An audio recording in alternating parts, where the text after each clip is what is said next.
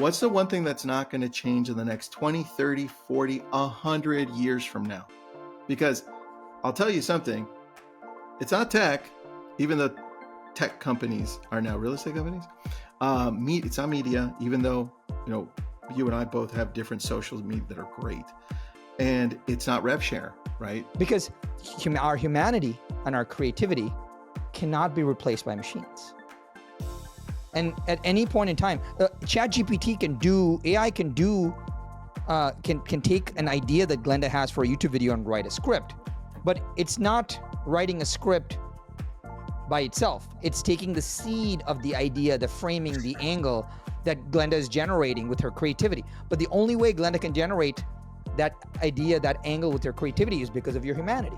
Instead, why don't we focus on the real piece of this and focus on the human aspect, which is relationships, community, leadership.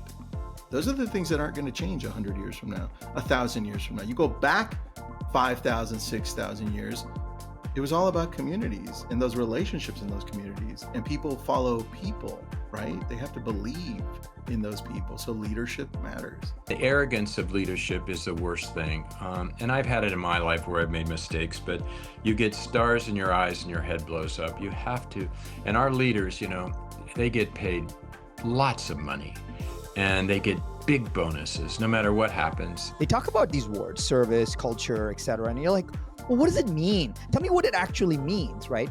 And so to me, the service component is grounded in two words, which is operationalizing generosity.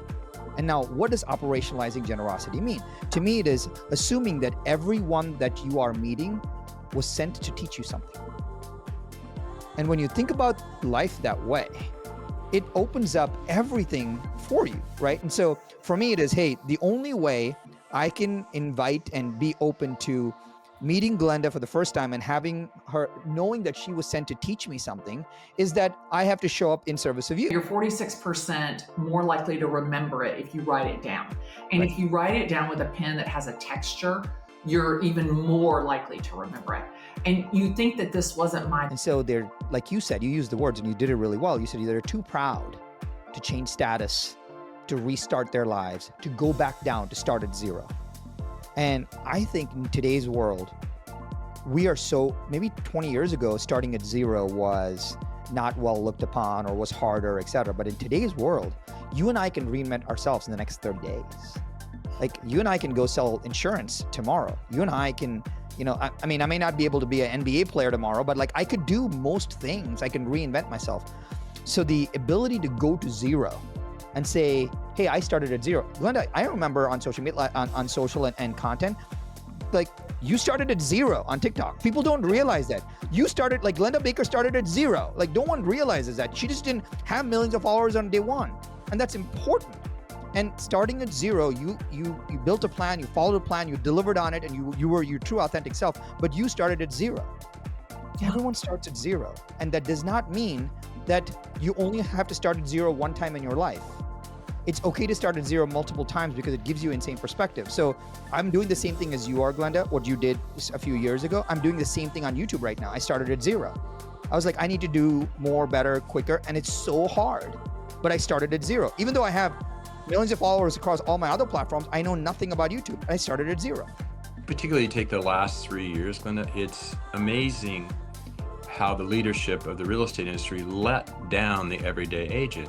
We're in the pickle over lawsuits because of 20 years of mismanagement. It wasn't 2 or 3 years. Many, many years ago, I was subpoenaed. I was on the right side of the angels by the Department of Justice and, had 40,000 records subpoenaed. And I sat, before a half dozen or a dozen investigators. And the same issues that they were talking about then and worried about are the issues that came back to surface. So, in terms of agents in the field, so team leads, top producers, and in terms of brokerage leadership. So most brokerage CEOs and leaders are male.